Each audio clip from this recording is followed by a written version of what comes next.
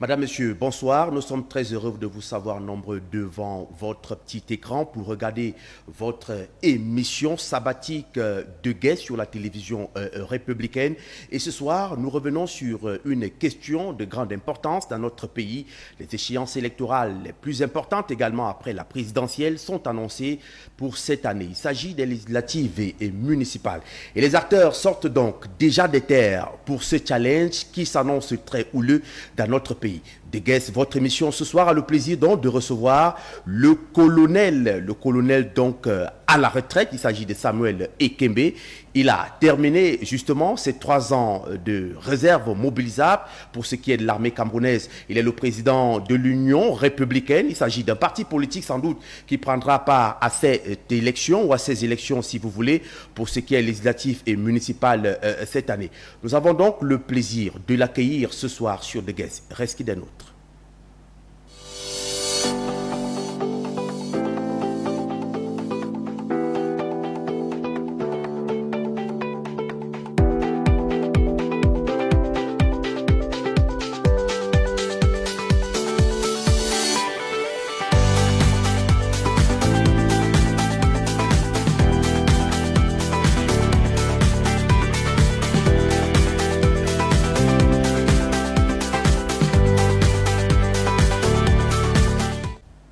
Durant 90 minutes chrono à main, le temps d'un match de football, nous serons donc ensemble. Je rappelle que cette émission est diffusée en direct de notre page Facebook, Cam10 Télévision. Vous pourrez certainement laisser des messages pour ce qui est du président national de l'Union républicaine, le colonel à la retraite, Samuel Ekembe, qui nous a déjà rejoint sur ce plateau. 90 minutes, nous les passerons avec lui. Bonsoir, mon colonel. Bonsoir. Comment allez-vous ce soir, au lendemain des fêtes de fin d'année? Je rappelle que vous êtes colonel à la retraite et spécialiste de, on dit l'artillerie sol-sol, c'est comme ça que vous appelez chez vous? Je suis officier d'artillerie sol-sol. Oui. Ceci dit, pour ceux qui ne comprennent pas ce qu'on appelle artillerie sol-sol, c'est des gros canons qui tirent des obus à longue distance. Oui. D'accord, vous êtes donc désormais à la retraite depuis quelques années. Mais avant le début de cet entretien attendu, allons découvrir qui est le colonel à la retraite Samuel Ekembe. Voici le portrait dressé par Chérubin Amougou. Sorti de la réserve mobilisable, le colonel à la retraite, Samuel Ekembe, s'illustre désormais sur la scène politique nationale. Président de l'Union républicaine, homme d'affaires rigoureux et père de famille accompli, il incarne une nouvelle figure de leadership civique au Cameroun. Le visage ferme, la parole mesurée, le colonel à la retraite, Samuel Ekembe, troque l'uniforme pour l'action politique. Incarnation de la rigueur, l'officier supérieur, longtemps discret, s'est engagé pleinement dans la vie publique en devenant président national de l'Union républicaine, un parti qui se veut porteur d'un renouveau pour le Cameroun. Sur le terrain, l'homme multiplie les rencontres citoyennes, les conférences publiques et les consultations à la base. Sa vision, un Cameroun bâti sur les valeurs de paix, de justice, de travail et de souveraineté. Dans son ouvrage intitulé « 12 piliers pour développer le Cameroun en 20 ans », il propose un modèle structuré de développement fondé sur l'éducation, l'agriculture, la sécurité et la moralisation de la vie publique. Samuel Ekembe, c'est aussi un homme d'affaires, promoteur d'entreprises opérant dans divers secteurs. Son entourage professionnel le décrit comme un entrepreneur exigeant, mais juste qui milite pour l'assainissement du climat des affaires au Cameroun. En dehors de la sphère publique, le colonel reste un père de famille attentif et respecté. Ses proches témoignent d'un homme profondément humain, attaché aux valeurs traditionnelles, soucieux de transmettre à ses enfants l'amour de la patrie et le sens du devoir. Du terrain militaire à la scène politique, Samuel Ekembe incarne la polyvalence et la constance. Son engagement à plusieurs niveaux traduit une volonté claire, contribuer activement au redressement du Cameroun dans la justice, la paix et le respect des institutions de la République.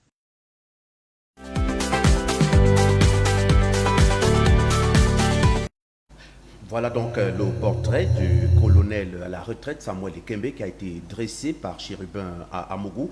La première question qu'on va vous poser, peut-être il y a des mots qui sont revenus dans le texte de Chérubin Amougou. Pourquoi avez-vous laissé le camouflet, comme vous l'appelez, la vareuse pour la cérémonie de fête, pour les costumes cravates? On parle de la politique. Merci pour la question. Il n'est pas question ici d'avoir laissé la tenue camouflée. J'ai servi avec honneur et fidélité l'armée camerounaise et j'ai été mis à la retraite depuis le 2 août 2018. Et que je suis passé de la période d'activité à la retraite. Seulement, lorsque l'officier prend la retraite, il est astreint à une période de 3 ans appelée période mobilisable. Pendant cette période, donc, l'officier peut être rappelé à tout moment sous les drapeaux en cas de besoin. Après cette période de 3 ans, l'officier est donc définitivement reversé dans la vie civile. À partir de cet instant, il est libre de mener n'importe quelle activité dans le strict respect des lois de la République. Alors, Samuel Ekembe, on se demande parfois comment se fait cette transition qui voudrait que vous partiez des rangs de ceux qui protègent pour rejoindre les rangs de ceux qui vont à la conquête du pouvoir. Question très intéressante. Lorsque vous parlez de transition, ici, il ne s'agit même pas d'une transition. Parce que le travail de l'officier au quotidien, du militaire, c'est d'assurer la sécurité du pays. Ceci dit, le pays, c'est le peuple. Assurer la sécurité du pays, c'est assurer la sécurité du peuple. Alors, lorsqu'on est rendu à la vie civile, aller à la politique, c'est simplement passer de la gauche vers la droite, sauf que maintenant, les méthodes et les moyens mis en œuvre deviennent différents et il faut simplement s'adapter à la nouvelle situation, la mission restant la même, défendre le peuple. Je pense que le rôle du militaire, de défendre le pays, de défendre le peuple, c'est le même rôle que je viens jouer dans le milieu politique, défendre le peuple, défendre la République, mais d'une autre façon. Il est souvent difficile de voir un homme ancien militaire mener des troupes politiques. C'est souvent difficile, sauf dans des milieux où on peut parler de conjuration. Vous avez été élu au congrès du 19 avril 2025. Vous avez été élu président national, congrès extraordinaire, il faut le rappeler, président national de l'Union républicaine. Vous avez imposé votre loi militaire ou alors c'est la discipline qui caractérise le militaire qui a été vu par vos militants pour vous désigner par voie électorale président national? En politique, vous parlez de militants. Dans l'armée, vous parlez de militaires. Lorsque vous prenez militaire, vous prenez militant, j'ai l'impression que ces deux mots appartiennent à la même famille. C'est militer. Alors, lorsque des gens se mettent ensemble, se fixent des objectifs, alors, la société a besoin d'être organisée et chaque groupe a besoin de quelqu'un qui se place à la tête et qui sert de boussole. Mon côté purement militaire, s'il s'agit de cela, dans l'armée, les moyens utilisés ne sont pas les mêmes qu'en politique. Seulement, en politique, on a besoin de rigueur. On a besoin de discipline. On a besoin d'ordre. Et l'UR a estimé que j'avais suffisamment d'expérience pour pouvoir apporter une contribution positive à la poursuite de sa mission. Alors, je suis essentiellement rigoureux. Ce qui se passe dans d'autres partis politiques où c'est des affrontements, c'est des bagarres, nous sommes un parti discipliné, nous sommes un parti respectueux des institutions républicaines et il n'est pas question, lorsqu'on veut aller au suffrage devant le peuple, de commencer à être soi-même désordonné. Nous voulons que le peuple sache que nous sommes un parti responsable et que, de par déjà notre appellation, Union républicaine, il s'agit de l'union du peuple à l'intérieur de la République. Oui. Tous les Camerounais, pris individuellement, pris collectivement, organisés même à l'intérieur d'autres partis, la porte leur est ouverte. Tous ceux qui veulent être sérieux, tous ceux qui pensent qu'on peut évoluer de façon rationnelle, ils ont de la place ici. Il n'y a pas de place pour les aventuriers.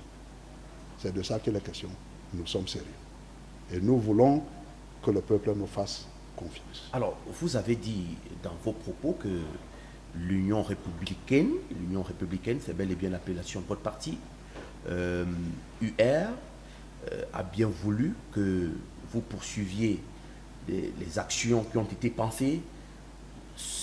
Est-ce à dire que c'est d'autres personnes qui ont créé le parti et maintenant vous faites partie des acteurs justement appelés à conduire ce bateau politique? Je suis un acteur.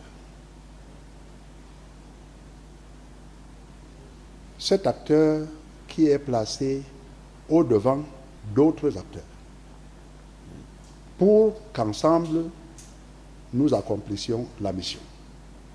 Je voudrais vous dire que le mot central, l'action de l'UR est centrée sur la recherche permanente de la justice. Et nous estimons que lorsque les actions sont menées sur la base de la justice, lorsque la réflexion est menée sur la base de la justice, nous réussirons à résoudre au moins 80% des problèmes qui se posent au Cameroun. Alors, je vous ai posé justement cette question. Quel est le mobile de la création de ce parti politique? Quel est le déclic? Vous me posez une question très intéressante. Avant les échéances du 12 octobre, lorsque la campagne électorale a été lancée, lorsque le corps électoral a été convoqué, vous avez compté presque une centaine de partis politiques engagés dans la course. Oui, on a vu environ 83 dossiers déposés au sein de l'organe en charge du processus électoral et référendaire et les CAM. Voilà. Alors, lorsqu'on voit une affluence comme celle-là, on peut réfléchir dans deux sens. Peut-être que les Camerounais s'intéressent à la chose politique, s'intéressent au débat social. Alors, dans ce cas, cette multitude de candidatures pour l'élection présidentielle peut démontrer l'intérêt que les Camerounais ont pour le développement de leur pays. Lorsqu'on réfléchit dans un autre sens, la façon dont ces candidatures se sont présentées, à la fin, il y a eu plus d'une soixantaine éliminées, écartées. On peut se poser la question du sérieux que les Camerounais attachent à la compétition électorale. Si on se présente devant le peuple de façon légère, ça veut dire qu'on n'a pas pris la juste mesure de la responsabilité qu'on souhaite exercer. Ceci dit, tous les Camerounais savent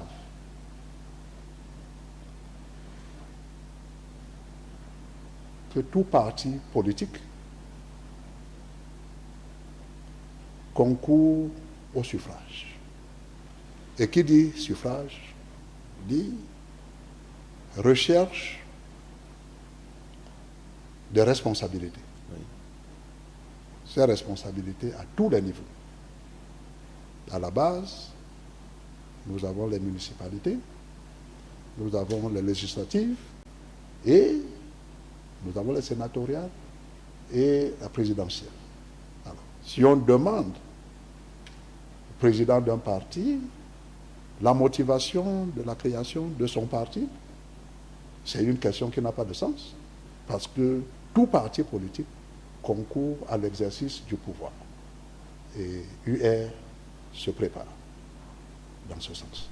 C'est vrai que vous nous direz que peut-être que vous étiez encore trop jeune en 2025, parce que si après le congrès du 19 avril 2025, et puis quelques mois après suivait la grande élection présidentielle, mais vous n'avez pas fait comme d'autres partis politiques. On a parlé du G20, le G20+, qui a même eu plus de 50 partis politiques.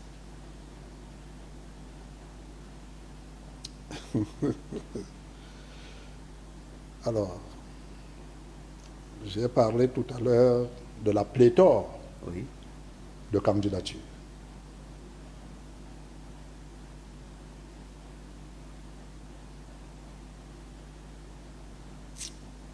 Lorsqu'on veut se déplacer, on se fixe une destination. Oui. On se donne les moyens. J'ai été élu le 19 avril 2025. 3 mois plus tard, l'élection présidentielle du 12 octobre était engagée. Alors, je sors d'un milieu discipliné. Quand on est responsable, on doit connaître les règles du jeu. L'Union républicaine est un parti très jeune. Aller à une compétition aussi importante pour le Cameroun, comme si on allait à l'aventure, comme si on allait assister ou alors prendre part à quelque chose de comique, comme on a pu le constater, tel que les choses se sont passées. Je ne sais pas quelle image on présenterait au peuple camerounais. Nous sommes sérieux et nous voulons une démarche rationnelle pour atteindre nos objectifs. Nous travaillons pour le peuple. Ce travail est un travail de longue haleine. Nous travaillons pour aujourd'hui, nous travaillons pour demain et nous travaillons pour le futur. Lorsque nous ne serons plus là, d'autres prendront le relais. La mission reste la même. Il faut développer le Cameroun. C'est de ça qu'il est question. Mon colonel, il faut dire qu'il y a d'importantes échéances électorales qui arrivent, législatives et municipales. Votre parti existe déjà. Il est bel et bien sur le terrain. Les militants sont engagés. Comment l'UR prépare-t-elle cette élection? Le reportage que vous avez vu tout à l'heure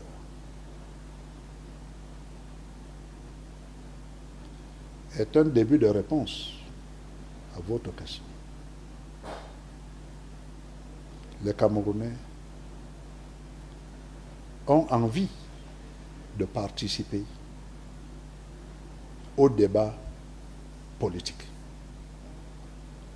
Ils ont besoin d'apporter leur contribution au développement de leur pays. L'Union républicaine leur offre l'occasion de s'exprimer. Surtout, de vaincre la peur qui caractérise aujourd'hui tout individu, tout citoyen. Les gens ont peur. Je voudrais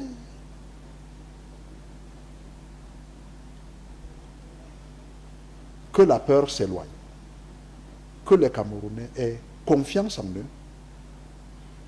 et qu'ils croient en l'avenir, dans la paix, parce qu'on ne peut rien construire sur le désordre. Ceci dit, la porte est ouverte, le chemin est en train d'être tracé, nous travaillons nuit et jour et nous voulons que la démarche soit rationnelle.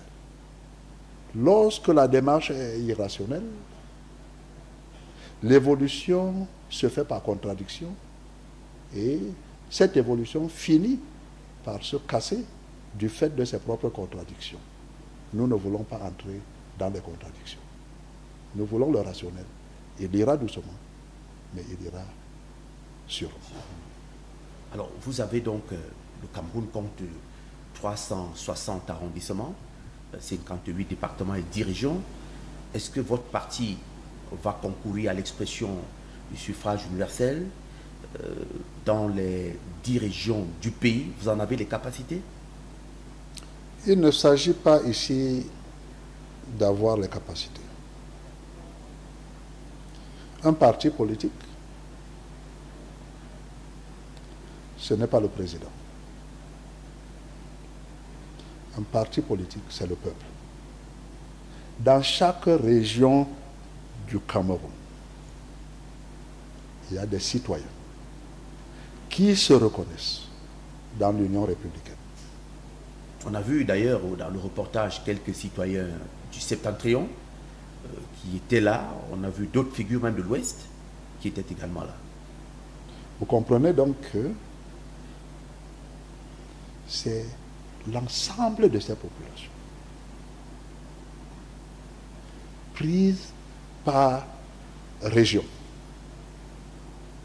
qui font la force de l'Union républicaine. Nous comptons donc sur ces populations qui sont dans toutes les régions du Cameroun pour que l'Union républicaine puisse être représentée partout. Vous avez des antennes? Absolument. Partout. Le travail est en train d'être fait. Et nous sommes sûrs qu'avec l'intérêt suscité par le discours de l'Union républicaine, les Camerounais ont besoin de justice. Et l'Union républicaine se propose de leur apporter la justice. Ceci dit, il n'y a pas un Camerounais, qu'il soit du nord, qu'il soit du sud, de l'est ou de l'ouest, qui n'ait pas envie de justice, qui n'ait pas soif de justice. Ceci dit, sur le plan national, l'Union républicaine est accueillie à bras ouverts. C'est vrai que le teasing que nous avons envoyé en journée, on a eu quelques questions qui nous ont été posées, faisant savoir que le colonel Samuel Ekembe est originaire du département du Mongo, région du littoral, et ces Camerounais souhaitent que l'UR, l'Union républicaine, ne soit pas un parti politique qui est en fonctionnement à tendance tribale. Vous les rassurez que la composition d'abord du bureau central et également les démembrements territoriaux reflèteront, je veux dire, la composante nationale. Le reportage qui venait de passer est la réponse à cette question. Union républicaine. Je vous ai déjà dit, et rien que l'appellation, il faut être aveugle, il faut être sourd pour ne pas comprendre que c'est l'union à l'intérieur de la République. Nous ne parlons pas de l'Ouest, nous ne parlons pas de l'Est, nous ne parlons pas du Sud, du Nord. L'Union républicaine, c'est le parti national. Alors, on va évoluer dans cet entretien. Samuel Ekembe, vous avez sans doute observé au lendemain de l'élection présidentielle quelques mouvements sur le terrain et même aussi au niveau de la diaspora. On parlait des mouvements post-électoraux ou le conflit post-électoral avec le désordre que certains avaient engagé. Vous, qui êtes président national d'un parti politique, quel a été votre regard sur cette actualité?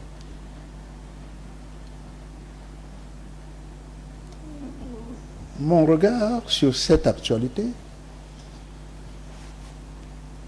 c'est le regard d'un citoyen camerounais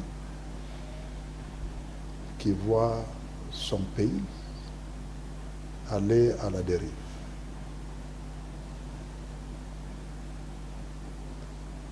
Un pays où chacun croit qu'il peut faire ce qu'il veut, comme il veut et quand il veut. L'Union républicaine recherche et recherchera toujours la paix. J'ai dit tout à l'heure que rien de solide ne peut se construire dans le désordre. Alors, si des citoyens camerounais pensent passer par le désordre pour résoudre leurs problèmes, je considère qu'ils ont choisi le mauvais chemin. J'ai passé ma vie à maintenir l'ordre. Il est difficile que je puisse cautionner le désordre, d'où qu'il vienne, quel que soit le motif. Alors, nous avons tous vu que des gens, sous prétexte de revendications, entre parenthèses, légitimes, se permettent d'aller vandaliser les boutiques, transporter les bouteilles de gaz, des sacs de riz. Je ne sais pas s'il y a un lien entre transporter des bouteilles de gaz d'un Camerounais qui paye des impôts, qui a des crédits bancaires, et la revendication, le motif même de la revendication. Alors, lorsque vous prenez le désordre, prenez donc les dispositions pour contrôler le désordre, puisqu'il finit toujours par déraper. Je suis suffisamment conscient des dégâts, des conséquences du désordre, pour ne même pas accorder le bénéfice du... Je ne sais pas. Il n'y a pas de mot. C'est inacceptable. Est-ce qu'à un certain moment, vous avez, puisqu'on a vu parmi vos militants, le reportage qui a été partagé il y a quelques minutes, certains ressortissants du Septentrion, et nous savons que l'un des grands foyers de ces mouvements était bel et bien la ville de Garoua. Est-ce que vous avez fait des sorties pour dire à vos, de manière générale, aux concitoyens, aux citoyens camerounais qui vivent de ce côté et qui sont peut-être également membres de votre formation politique, que l'Union républicaine est un parti politique qui respecte les institutions, qui est derrière la loi, qui prône la paix. Je ne souhaite voir personne dans les rues au regard de ce qui est annoncé comme mouvement. Je pense que le message a été passé. De façon générale. Il faut d'abord considérer que l'élection ne concernait pas seulement le Septentrion. Et ce n'est pas seulement dans le Septentrion que l'Union républicaine a des militants. Penser que le désordre avait son foyer dans le Septentrion, je pense que c'est ramener la contestation à un niveau assez rétréci et penser que c'est le Septentrion qui était le moteur de la contestation. Je pense que sur le plan global, les Camerounais se sont exprimés. Ce qui s'est passé, au moment où le calme revient, il s'agit simplement d'en tirer les leçons qui s'imposent. Que ce soit au nord, que ce soit à l'ouest, que ce soit au sud, il faut simplement arriver à la conclusion que les Camerounais n'étaient pas contents. Que les Camerounais ne sont pas contents. Et à partir de cet instant, prendre toutes les dispositions pour que ce qui s'est passé ne se répète pas. Je pense que si la démarche n'est pas celle-là, les mêmes causes entraînant les mêmes effets, on risque, dans un proche avenir, se retrouver dans les mêmes situations qu'on aurait pu éviter. Alors, Président, est-ce que c'est là, est-ce que c'est être avec la loi en agissant de la sorte, quand on sait que pour une élection présidentielle, la loi fondamentale est là, le code électoral est là, c'est le juge constitutionnel qui proclame des résultats, et vous dit que, bon, vous dire aujourd'hui que vous avez, par exemple, des procès-verbaux, vous disposez des procès-verbaux et c'est chacun qui sort à sa manière en fonction de sa position. Aujourd'hui, est-ce que c'est être derrière la loi? Il faut faire très attention. J'ai dit, dans ce pays, chacun a tendance à faire ce qu'il veut. Ceci relève du désordre. Ce désordre peut même être institutionnalisé. C'est-à-dire que des individus, dans des positions de prise de décision, ne respectent pas eux-mêmes la loi. Et c'est là où je reviens sur le caractère impérieux de la justice. Si dans les agissements des uns et des autres, à tous les niveaux de responsabilité, chacun se disait, qu'est-ce que la loi prévoit? Est-ce qu'elle est appliquée de façon judicieuse? Le citoyen sentirait que le preneur de décision est en train d'agir dans le sens de la loi. Personne ne doit piétiner la loi. Que ce soit le décideur, que ce soit le citoyen lambda. La loi doit être la loi et elle doit s'appliquer à tout le monde. un caractère coercitif. Très important. Ceux qui sont chargés de faire appliquer les lois doivent se demander s'ils ne s'écartent pas de leur responsabilité. C'est pour ça que je me dis, au sortir de chaque situation, qu'elle soit une situation d'ordre ou de désordre, on doit pouvoir marquer un temps d'arrêt, en tirer les conséquences, pour que ça ne se répète pas. D'autres Camerounais également aujourd'hui, depuis même quelques jours, nous demandent où est situé le siège de votre parti. Est-ce que ce dernier dispose des antennes régionales ou même des bureaux départementaux qui permettraient peut-être à ceux qui veulent adhérer à votre parti politique de pouvoir aller s'inscrire? Oui, justement, nous avons des antennes un peu partout. À Marois, à Garoua, et dans les petites localités que je ne saurais citer ici, vous avez vu des gens défiler et tout ça, nous avons des antennes. Maintenant, il est question que dans chaque localité, que déjà nous avons une plateforme du parti, on peut se renseigner, on peut demander comment faire pour avoir sa carte de membre, on peut, et puis on a des réponses très importantes. Au niveau de Yaoundé, nous sommes à Biémassi. Oui. Et comme je dis, avec le téléphone aujourd'hui, on n'a pas tellement besoin de se déplacer, on peut avoir tous les renseignements. Donc vous êtes implanté partout dans le pays? Je ne peux pas encore dire partout. Nous avons des endroits où on est déjà implanté et des endroits où les gens sont en train de se préparer, de s'organiser.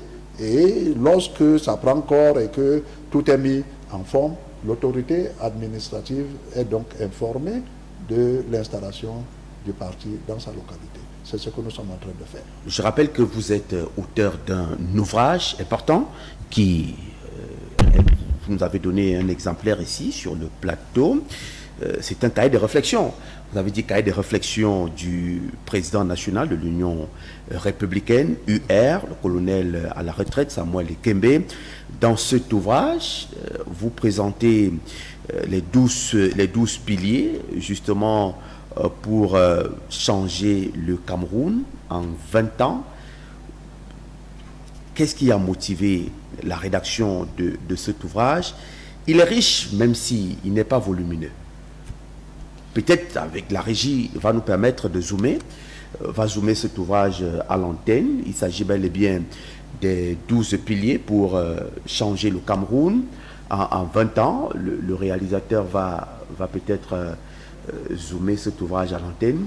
Voilà, ici vous présentez donc ces 12 piliers qui permettent de résoudre des questions que vous soulevez comme étant des problèmes dans notre pays. Peut-être on va revenir de manière plus détaillée sur les différents éléments auxquels vous faites allusion.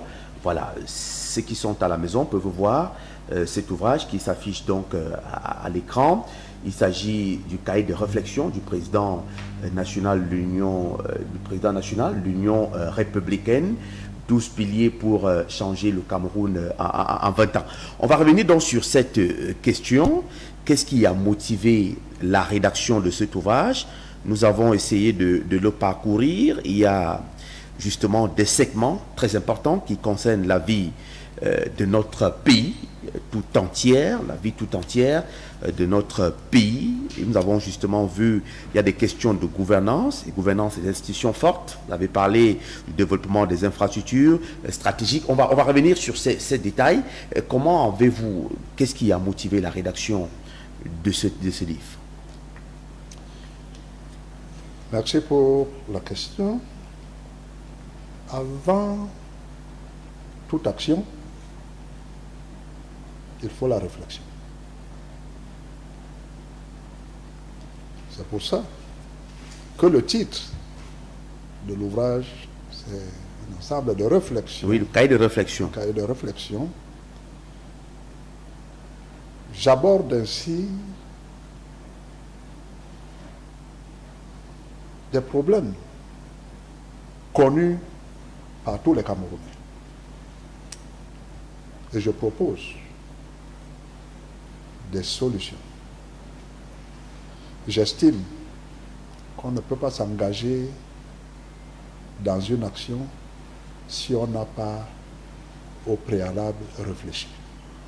Ici donc, il est question de poser les problèmes, de les identifier et de proposer un ensemble de solutions.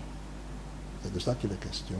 Et pendant que les Camerounais étaient en train, n'est-ce pas, de se lancer les cailloux à gauche, à droite, de vivre le désordre, je me suis retiré, question de mettre en route ces réflexions, et on dit que les paroles s'envolent, les écrits restent.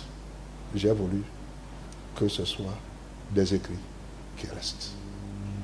Parce que pendant que les paroles s'envolent, les êtres humains que nous sommes passent. Les écrits vont rester. Nous sommes en train de travailler pour la postérité, pour la jeunesse. Et ça, c'est un héritage qu'on prépare déjà pour les générations futures.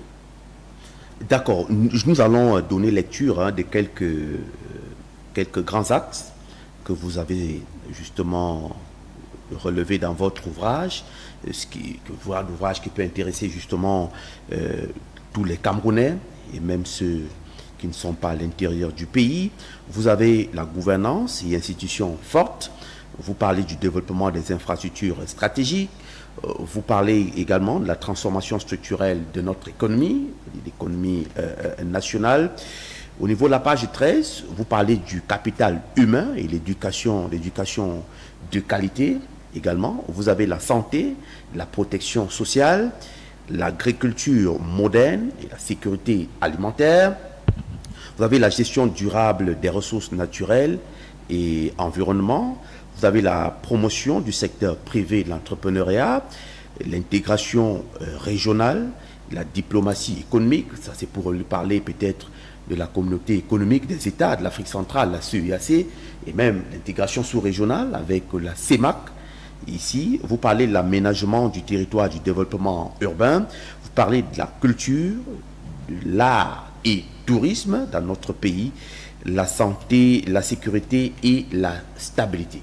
Voilà donc les 12 piliers que vous présentez pour justement changer le Cameroun en 20 ans. Et je rappelle que tous ces éléments concernent la politique publique, celle qui consiste à transférer des compétences et peut-être aussi des ressources aux collectivités territoriales décentralisées. Il s'agit de la décentralisation.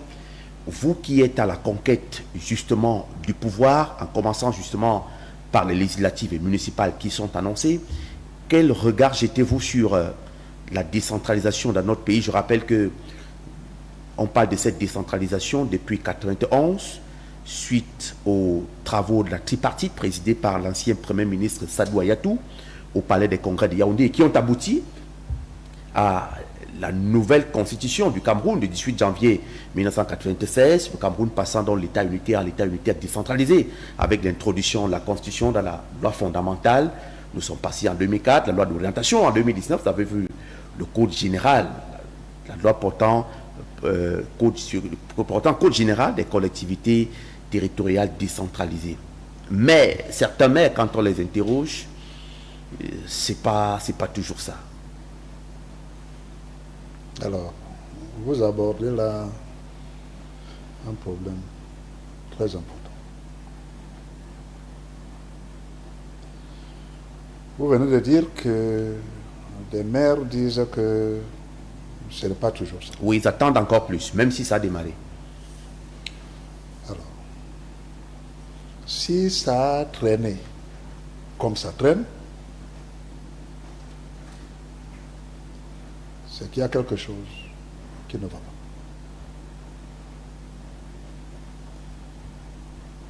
Ce quelque chose, il faut le rechercher dans la démarche qui a été suivie pour la mise en œuvre de ce processus. Lorsque vous voulez atteindre une destination, vous déterminez le point de départ. Vous déterminez la route à suivre. Vous déterminez la destination. Et vous vous donnez des délais.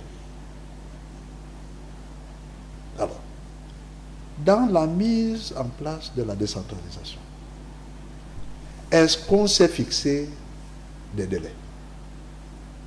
Ce n'est qu'à partir de ces délais. S'ils n'ont pas été respectés, on va dire, mais il y a quelque chose qui ne va pas. Ce qui ne va donc pas, c'est que on a imaginé quelque chose et on s'est dit, ce sera mis en place. Ce sera mis en place quand? Alors, si on s'était fixé une date, on aurait fourni des efforts pour qu'à cette date, ce qu'on a prévu soit réalisé. Mais les entités existent déjà. Les communes, les régions. Les communes Et la existent. Chambre haute du Parlement également pour les questions de décentralisation. Est-ce que tout ça obéit à une programmation rigoureuse? Je dis non. Lorsque les maires attendent que l'État mette à leur disposition des ressources, je voudrais relever que l'État centralisé n'a pas toutes les ressources nécessaires pour faire face aux problèmes du pays. Dans le cadre de la décentralisation, l'État va mettre à la disposition des collectivités locales décentralisées des ressources à la limite de ses moyens. Ça veut dire que les collectivités seront toujours dans le besoin parce que les ressources reçues ne seront pas suffisantes. Les besoins étant énormes. Je souhaiterais que ceux qui veulent assumer des responsabilités au niveau des collectivités locales décentralisées se comportent comme des chefs d'entreprise. C'est-à-dire, la collectivité devrait pouvoir générer des ressources internes. La collectivité devrait pouvoir créer des emplois. Alors, si la collectivité se donne déjà des moyens de son fonctionnement, l'État, la contribution de l'État sera d'autant plus valorisée qu'elle vient compléter ce qu'elle trouve sur place. Il faut donc que les responsables au niveau des collectivités cessent d'être ceux qui attendent tout de l'État. Il faut qu'on se mette au travail. Donc vous êtes partisan justement de la stratégie du up-down, du bottom-up, c'est-à-dire qu'il ne faut pas attendre ce qui vient peut-être de la Banque des communes, les centimes communaux additionnels qui arrivent, on va dire le FECOM et autres là. Il faut mettre en place, il faut démarrer, lancer la machine de la coopération décentralisée, coopération internationale même décentralisée, partie donc du bottom-up au up-down, c'est-à-dire que nous-mêmes, nous partons décrocher des financements au regard des dispositions, au regard des richesses dont disposent nos différentes communes. Alors, vous voyez que vous êtes déjà en train d'apporter la solution. Chaque région a ses spécificités. Il suffit d'identifier les opportunités, de monter des projets de façon rigoureuse et de rechercher des financements. Lorsque ces projets sont réalisés, vous créez des emplois et vous changez, n'est-ce pas, le statut de vos citoyens. Parce que désormais, ils ont de l'emploi, ils ont des salaires et tout ça. Et puis, à l'intérieur de votre communauté, les gens vivent bien, tout simplement parce que vous avez mis la machine en marche. Vous pouvez transformer déjà localement les produits de votre localité. Quand vous créez des scieries, parce que vous avez des arbres partout dans la forêt, c'est des jeunes qui viendront travailler, c'est des usines qui se mettent, des scieries qui se mettent en place pour la transformation du bois. Alors, lorsque vous êtes dans une zone bananière, on doit pouvoir transformer le bananier, même le tronc du bananier. Alors, avec tout ça, lorsqu'on réfléchit, lorsqu'on travaille de façon rationnelle, on peut, n'est-ce pas, créer de la richesse. Et cette richesse peut se créer localement. Économie circulaire, économie verte. Alors, vous avez donc cette échéance qui arrive. Et je rappelle qu'il faut confirmer aux téléspectateurs que vous serez bel et bien de la partie législative et municipale. Quel type d'acteur votre parti va-t-il choisir, va-t-il investir pour justement conduire ces affaires? Parce que généralement on dit les profils font défaut dans des communes. Aujourd'hui, il y a certains acteurs, peut-être pas tous, certains entre guillemets, qui ne comprennent pas justement les mécanismes de la décentralisation aujourd'hui et attendent tout de l'État central. Il faut, à la base, former les populations. Il faut amener les populations à comprendre quels sont les premiers acteurs de leur développement. Vous allez les former? Ah, bien sûr. Cette formation, ce n'est pas une école qu'on construit, Oui. mais le message qui est passé au quotidien et que l'élection prochaine ne soit pas une simple aventure, que ce soit un engagement citoyen, que les gens qui vont à l'élection, qui se présentent, sachent qu'ils s'en vont travailler. Et qu'ils s'en vont travailler pour le bien de leurs congénères. Alors, localement, les candidats issus, n'est-ce pas, des communautés villageoises et tout, comprennent mieux les problèmes qu'ils vivent et une fois arrivés à la mairie ou comme députés, ils savent que voilà les problèmes qu'ils ont laissés et ils doivent rentrer pour y apporter des solutions. Alors, ce qui est un peu dommage, c'est que lorsqu'on rencontre les populations locales, elles se plaignent du fait que elles se battent localement pour les élections et tout, et puis le moment venu, on leur apporte des casquettes, des gens qui ont de l'argent à Yaoundé, à Douala, ou qui débouchent de Paris pour être investis, alors qu'ils ne comprennent pas grand-chose aux problèmes locaux. Ce genre de profil ne passe pas à l'Union républicaine. Ah ben, nous voulons que les populations prennent leur destin en main. Et l'Union républicaine va encadrer ce mouvement dans ce sens. Justement, vous avez soulevé un problème très important.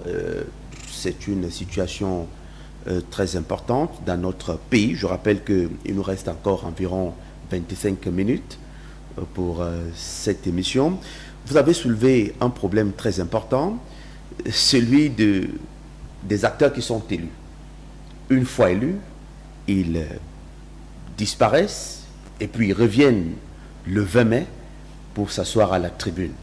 Et peut-être quand on est maire, on est originaire de Bari Bakem, originaire de Manjo ou encore de Bonalea, mais on a pour résidence Douala. On revient quand il s'agit des caisses enquêtées ou d'un conseil municipal.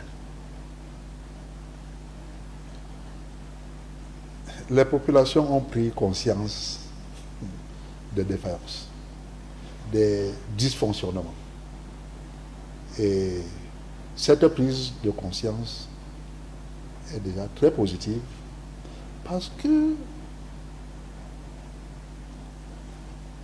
elles ont compris qu'elles peuvent prendre leur destin en main. Il faut les rassurer, leur dire qu'elles ont la capacité de conduire les affaires. Ce n'est pas parce que on a été dans l'administration. L'administration, c'est des nominations. L'élection locale, c'est le suffrage. Et le suffrage va vers ceux qui sont actifs, ceux qui arrivent à rassembler. Oui. Ce n'est pas parce qu'on a été un grand administrateur civil, mais c'est des nominations. Ça n'a rien à voir avec le suffrage. Il faut dissocier ça. Et puis, il faut éviter de créer des conditions de tension à l'intérieur des communautés. Je voudrais ici aborder la situation des autorités traditionnelles. Oui. Alors, lorsque vous arrivez dans un village, l'autorité traditionnelle qui devrait rassembler la population, créer les conditions d'harmonie, se mêle de la politique. Quand on fait de la politique, on est partisan. Et lorsqu'on est partisan, on peut s'exposer. Peut-être qu'il fait de la politique parce qu'il est citoyen. Il est citoyen, mais sûrement. Avant d'être chef traditionnel, il est citoyen normal. Mais justement, cette situation porte en elle des germes de désordre. Parce que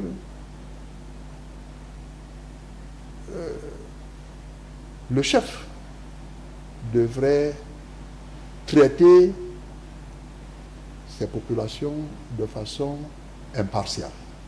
Lorsque lui-même est déjà partisan, ça devient un peu compliqué. Il peut avoir des prises de position partisanes. Le chef ne devrait pas être partisan. Et ça, pour l'harmonie des populations, pour la cohésion à l'intérieur de ces communautés, il faudrait que le chef reste neutre, qu'il reste en dehors des activités politiques. C'est très important. D'accord. Je vais évoquer ici le 12e axe de votre ouvrage, sécurité et stabilité. Nous avons le septentrion, nous avons le nord-ouest et le sud-ouest. Peut-être, on ne va pas vous demander sur cette antenne la stratégie militaire, mais que proposez-vous concrètement dans cet ouvrage pour les Camerounais qui vous regardent, pour sortir de cette situation? Vous parlez de stratégie militaire. Lorsque vous évoquez les problèmes sécuritaires dans le septentrion et nord-ouest, sud-ouest, quand vous parlez de stratégie, vous vous adressez à la mauvaise personne. Parce que la stratégie militaire ne se développe pas sur ce plateau. Et aujourd'hui, je ne suis plus... C'est pour ça que je dis, on ne parlera pas de ça. Ah ben, il ne fallait même pas prononcer ce mot sur ce plateau. Parce que si vous voulez avoir des informations sur la stratégie mise sur pied pour remettre ces régions dans la paix et tout, il y a un service au ministère de la Défense. Et que proposez-vous ici? Ce que je propose, c'est que nous allions dans la logique de la paix. La paix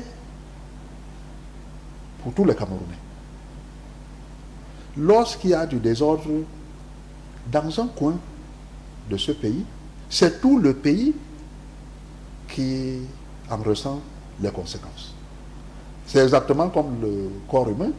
Si vous avez mal à l'orteil, vous mettez le pied dans la chaussure et vous vous rendez compte que vous ne pouvez pas vous déplacer. C'est la même chose. On ne peut pas dire que le désordre dans le nord-ouest, ça regarde le nord-ouest, ça regarde tout le Cameroun. Il faut voir dans les villes de Yaoundé, Douala, Bertois, tous ceux qui se sont déplacés de ces zones pour chercher la paix ailleurs. Et ils ont abandonné leurs champs, ils ont abandonné leurs maisons, les enfants ne vont plus à l'école. Ce n'est plus simplement un problème du nord-ouest, du sud-ouest ou du septentrion. Seulement, dans le sud-ouest et le nord-ouest, c'est nos frères camerounais qui manifestent leur mécontentement d'une façon peut-être violente. Mais lorsqu'on va dans le septentrion, on se rend compte que Boko Haram et tout ça, c'est des éléments qui traversent la frontière. Et à un moment, on se demande, qu'est-ce qu'ils cherchent chez nous? Alors, l'Union républicaine prône la paix à tout prix. Et lorsqu'il y a des désaccords, il faut dialoguer. Quand on dialogue, on finit toujours par trouver un terrain d'entente. Alors, ceux qui ne sont pas contents, peut-être qu'ils ont choisi la mauvaise méthode pour revendiquer leur mécontentement, pour faire comprendre qu'ils ne sont pas contents. Mais lorsque vous n'êtes pas content et que vous prenez en otage vos oncles, vos tantes et tout ça, les conséquences de votre mécontentement, on ne sait plus dans quelle direction vous allez. Et l'Union républicaine est pour la paix. J'ai dit la paix à tout prix. Mais pas la paix à tous les prix. Parce que autant l'Union républicaine est pour le dialogue, pour la négociation, il faut que toutes les parties comprennent la nécessité de la négociation, l'importance de la paix. Parce que lorsqu'on parle de guerre, la paix et la guerre ne marchent jamais ensemble. Les deux ne font pas bon ménage. D'accord, parce que justement dans cet ouvrage, vous avez dit, pour ce qui est de la sécurité et de la stabilité, vous faites savoir qu'il est question d'assurer la paix et la sécurité sur l'ensemble du territoire, condition sine qua non pour le développement. Cela inclut également la lutte contre le terrorisme, le maintien de l'ordre public et la résolution pacifique des conflits.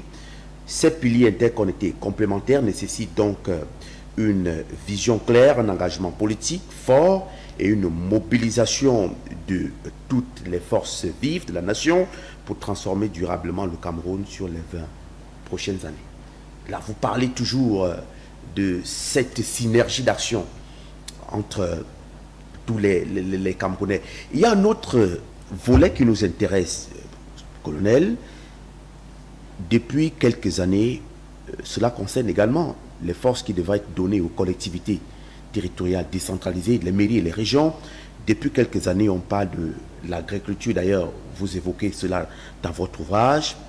L'agriculture moderne et la sécurité alimentaire. On parle de l'import-substitution. Aujourd'hui, quand vous jetez un regard sur nos marchés, aujourd'hui, et peut-être sur les activités communales, avez-vous l'impression que le Made in Cameroun est suffisamment encouragé? Lorsque nous parlons de Made in Cameroun,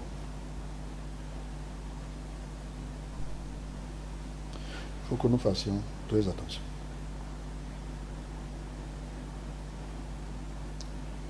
Si le Made in Cameroun est un discours politique, il risque de ne pas faire long feu. Le Made in Cameroun doit être une action qui consiste à créer les conditions pour que le Cameroun produise ce qu'il consomme et que l'excédent puisse aller à l'extérieur. Seulement, ce que nous produisons, il y a une bonne partie qui se détériore. Vous prenez encore ce matin, vous voyez des camions remplis de tomates, Oui. vendus à la criée. Les gars vont de carrefour en carrefour, là où il y a la tomate, ils s'arrêtent et ils vendent à la criée. Alors, quelques jours plus tard, c'est des tomates pourries. Lorsque nous n'aurons pas mis en place une structure de transformation locale de ce que nous produisons, les discours ne serviront à rien. Et il faut que nous fassions très attention. Nous devons pouvoir réfléchir sur comment transformer localement nos produits pour substituer, n'est-ce pas, nos habitudes alimentaires. Nous pensons que lorsqu'on n'a pas mangé du pain, type acropole et tout ça, le matin, c'est qu'on n'a pas pris le petit déjeuner. Alors que nous pouvons avoir du pain à partir de la patate. Oui, ça se fait déjà hein, pour certains acteurs. Mais peut-être c'est l'échelle qui... Mais il faut donc encourager, il faut accompagner le mouvement. Et que sur le plan national, que nos enfants aillent à l'école le matin avec du pain de patate, made in Cameroun. Ça, c'est très important. Vous devez savoir que toutes les boulangeries qui sont là sont tenues par des étrangers. L'argent que nous dépensons dans ces boulangeries, cet argent traverse les frontières et va développer d'autres pays. Alors, pourquoi ne pas encourager la production locale du pain pour que l'argent tourne à l'intérieur du pays? Eh bien, il faut que nous prenions des mesures pour être autonomes. C'est très important. Samuel Ekembe, vous parlez également du développement des infrastructures. Toujours dans cet ouvrage qui présente les 12 piliers, du développement des infrastructures stratégiques. Qu'appelez-vous infrastructures stratégiques? Vous êtes un acteur politique qui souhaite voir Yaoundé-Douala de plus en plus belle, pendant que Molundu, Libongo, peut-être aussi des brousses de Baré-Bakem, restent sans route, qui sont pourtant des bassins de production pour ravitailler des grandes métropoles. C'est vous qui avez ramené cette affaire aux grandes métropoles. Je n'ai pas parlé de ça. Lorsque un Camerounais, qu'il soit de Molundu, de Koussé, ou de Baré-Baké, ou alors de Baré-Hok, vient à Yaoundé, il va à la capitale de son pays. Lorsqu'il arrive à Yaoundé, il est accueilli par des ordures qui empêchent au bus de circuler. Il se demande s'il est à Yaoundé. Chaque citoyen camerounais aimerait voir la capitale de son pays briller. Mais une capitale ordure, ça ne fait plaisir à personne. Maintenant, lorsqu'on parle d'infrastructures stratégiques, ceci s'applique aux grandes villes et aux zones rurales. On dit, lorsque la route passe, le développement suit. Alors, lorsque nous allons tracer une route, cette route va d'abord permettre aux producteurs, dans leur bassin de production, d'écouler leurs produits vers les zones de consommation. Lorsque ceci est fait, on contribue comme ça à l'épanouissement de ces populations et au développement économique de ces localités, donc du Cameroun. Le long de ces axes, on va voir se développer des activités économiques et ce sera du fait du passage de la route. Donc, la stratégie ne s'applique pas seulement aux métropoles, ceci est valable aussi pour les zones rurales.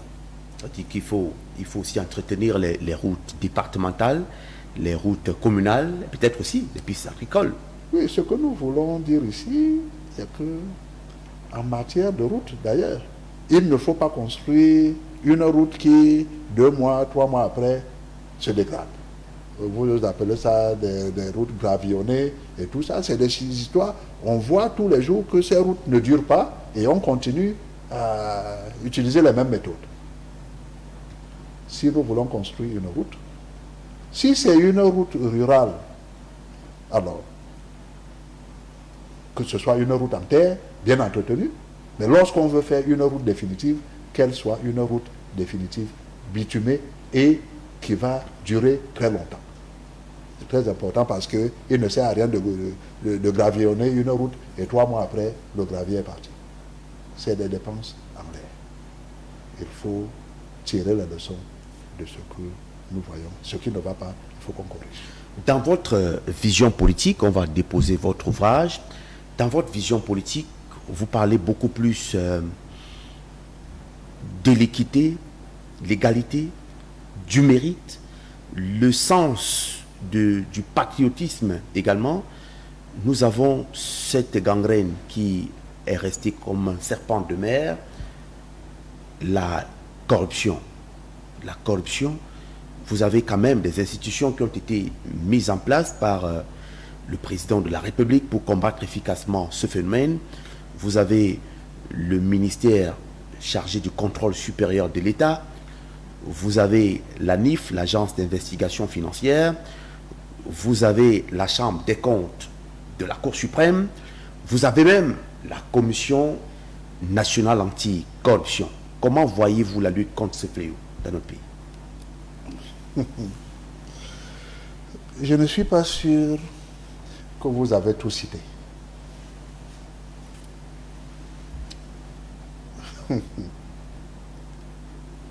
Vous voyez autant d'institutions mises en place pour lutter contre un fléau. Ça montre la gravité de la situation. Si toutes ces institutions sont mises en place, elles sont opérationnelles, et que la situation ne change pas, il faut s'arrêter. Se demander qu'est-ce qui ne va pas et changer de méthode. Mon milieu d'origine, qui est l'armée, a ceci de spécial. Lorsqu'on met sur pied une stratégie pour réaliser une mission, si on se rend compte que cette stratégie ne tient pas, on la change. La mission, elle, ne change pas. Il faut pouvoir constater que la stratégie mise en place ne marche pas, ne fonctionne pas, et la changer. Comment est-ce qu'on peut maintenir une stratégie qui ne porte pas de fruits? Le problème est là-dedans. La corruption. On dit au grand mot des grands rebelles. L'Union républicaine considère que pour qu'il y ait corruption, il faut un corrupteur, il faut un corrompu. Oui. Tous seront traités de la même façon. Maintenant, pour qu'il n'y ait pas corruption, nous reprenons notre thème central qui est la justice. On pose la justice sur la table. Et on se dit,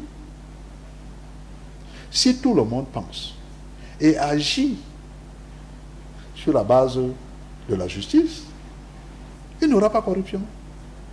Parce que lorsqu'il y a corruption, on est en train de défavoriser quelqu'un au détriment d'un autre. Parce que dans un critère de sélection, pendant que certains vont se battre avec des armes normales, d'autres se battent avec des enveloppes. Ceux qui vont au combat avec des enveloppes, à la compétition avec des enveloppes, c'est des corrupteurs. Et ceux qui reçoivent ces enveloppes sont des corrompus. Si chacun veut fonctionner de façon juste, on dira, voilà les règles, il faut que tout le monde respecte les règles, il n'y aura pas de corruption. Et puis, pour que ces règles soient donc respectées, si on ne peut pas les respecter par adhésion, on doit pouvoir les respecter par contrainte. Et toutes les mesures seront prises pour que les corrupteurs et les corrompus, qu'ils puissent lire l'heure, comme disaient les Camerounais. Donc vous êtes en droite ligne donc de la parole du chef de l'État qui a dit dans son discours du 31 décembre dernier que pour ce qui le nouveau septennat qui démarre, il faudra mettre de côté le népotisme, il faudra faire valoir le mérite. Ceux qui ont des compétences sont ceux-là qui doivent être appelés à servir. Je suis entièrement d'accord avec la volonté du chef de l'État. On dit dans mon village que pour juger un chef, il faut regarder ses notables. Alors, ceux qui sont habitués à la corruption, ceux qui sont habitués à détourner les deniers publics, ils en ont fait leur champ mais ils vivent de ça. C'est-à-dire leur sport favori. C'est leur sport favori. Est-ce que cette fois-ci, ils vont écouter le discours du chef? J'ai dit, pour juger le chef, il faut regarder les notables. Il faut donc, au-delà du discours du chef de l'État, qu'on se tourne vers ces notables pour leur demander s'ils ont compris le message de leur chef. S'ils n'ont pas compris, nous risquons de tourner en rond et constater que rien ne change. Parce que les notables, ils aiment bien les messes de minuit, les notables. Il faut donc que nous soyons vigilants. Mais seulement, si le chef a tracé le chemin, il faut simplement que désormais, ceux qui pensaient hier qu'ils étaient intouchables, qu'ils étaient au-dessus de la loi, que désormais, on leur dise que la loi va s'appliquer à tout le monde. D'accord, mon colonel. Alors, que dites-vous, puisque nous acheminons vers la fin de ce programme, quel message passez-vous aux jeunes Camerounais? Vous avez votre formation politique également. Quel message passez-vous aux Camerounais? Quel message passez-vous à vos militants? Les échéances électorales, l'une des échéances les plus importantes, s'annonce également. Regardez votre caméra. Je vous remercie. Je voudrais déjà dire merci à tous les Camerounais qui prennent notre message à cœur. Tous ces Camerounais qui nous demandent comment est-ce qu'on fait est-ce que vous ne voyez pas que c'est très difficile, que c'est trop gâté? On dit non. Le Cameroun va se construire avec tous les Camerounais. Nous pensons que ce n'est pas le changement d'individu qui va changer le Cameroun. C'est le changement de mentalité. Nous voulons donc appeler les Camerounais à changer de mentalité individuellement, à changer de mentalité collectivement, de se mettre au travail, d'avoir la foi et de se dire que l'espoir est permis. Cet espoir n'est pas dans un marché où on peut sortir de l'argent pour aller acheter. L'espoir, c'est dans le cœur de chacun et il faut que cet espoir nous donne la force d'avancer. Et qu'on essaye, tant que c'est possible, de vaincre la peur et de se dire que la liberté est à notre portée et qu'il n'y a pas de raison d'avoir peur si on a une démarche rationnelle.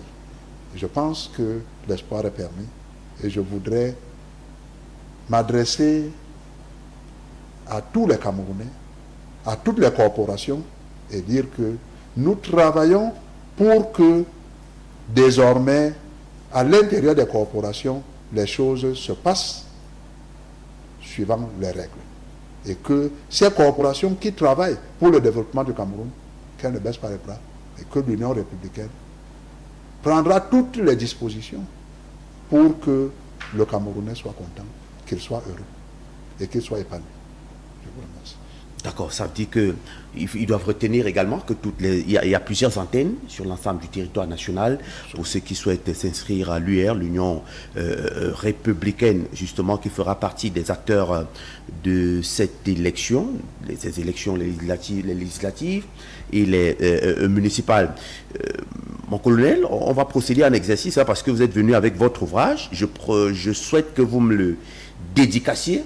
En pleine antenne, vous prenez votre stylo, peut-être vous allez signer. Vous voyez que c'est un stylo. Voilà. Vous voyez que c'est un stylo spécial. C'est pas comme, non, ça c'est pas. Il n'est pas comme le mien. Absolument. Vous prenez donc vous prenez un ouvrage, l'un des exemplaires, vous me le dédicaciez ici à l'antenne. Sur place et comprendre également, dire aux citoyens qu'ils peuvent s'en procurer. Vous leur direz sans doute là où ils pourront le retrouver. On va faire cette dédicace en direct de cette antenne. Je rappelle que c'est un livre assez riche. Je l'ai parcouru personnellement, les 12 axes soulevés par vos différentes réflexions ici et qui concernent la vie de notre pays. L'ouvrage existe bien. Donc c'est cette cérémonie de dédicace en direct. Je prendrai mon exemplaire.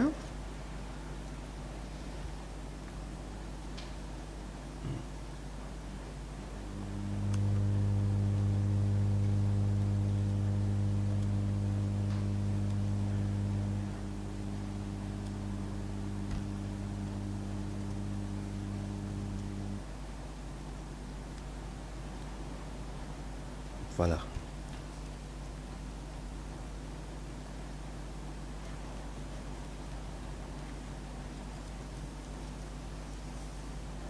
Voilà, merci. Voilà, je pense que j'obtiens donc officiellement mon ouvrage. Voilà, ce jour il m'a été dédicacé par vous-même à pleine antenne. C'est avec plaisir. Voilà, merci beaucoup mon colonel. Mesdames, messieurs, vous pourrez donc également aller vous en procurer. Vous leur direz sans doute où le retrouver. Ben déjà, à partir de votre télévision, oui. Vous pouvez déjà passer le contact de UR. Oui. Et si des gens veulent bien noter, oui. Ils peuvent me joindre directement. Vous avez l'occasion de le passer à l'antenne. Oui, au 696 40 696 40 40 87 35. 96 696 40 87 35. 35. Voilà, ça c'est Il y le a contact. WhatsApp, il y a tout là-bas. Voilà, 696 40 87 35. 35. Voilà, c'est donc votre contact. Mon colonel Samuel Ekembe, merci d'être passé sur ce plateau. Ça a été un plaisir. Et j'ai découvert votre somptueux studio. C'est avec plaisir que je reviendrai. Je vous remercie. Nous aurons donc le plaisir de vous recevoir la prochaine fois. Mesdames, Messieurs, merci donc d'avoir été des nôtres durant 90 minutes. Chrono à main, nous avons fait votre émission de Guest. De Guest, justement, production de ce 10 janvier 2026, rentre en gare. L'émission passée en direct de notre page Facebook. Restez sur les programmes de Camdis Télévision. Bonsoir.